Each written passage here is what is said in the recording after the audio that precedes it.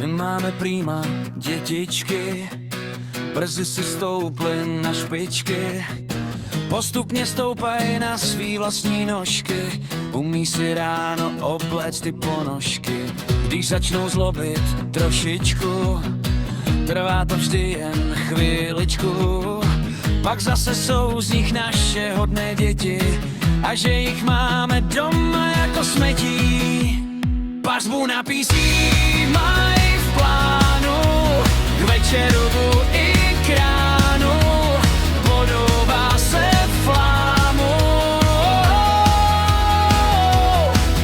Na PC mají mejdan, pro hry jindy slávu, rádi by z displeje svitu udělali maturitu.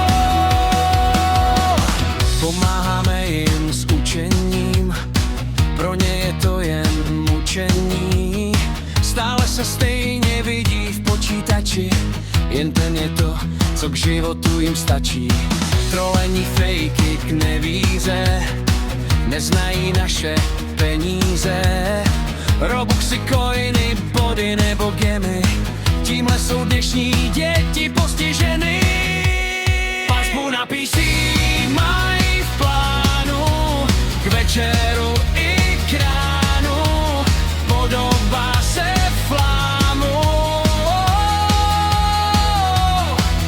Na PC mají mejdan, pro hry jindy slávu, rádi by z displeje svitu udělali maturitu. Bez PC neumějí si hrát, na picku nepostaví hrad. Cícko, Minecraft nebo youtubeři, to je mód, v kterým jejich svět teď běží.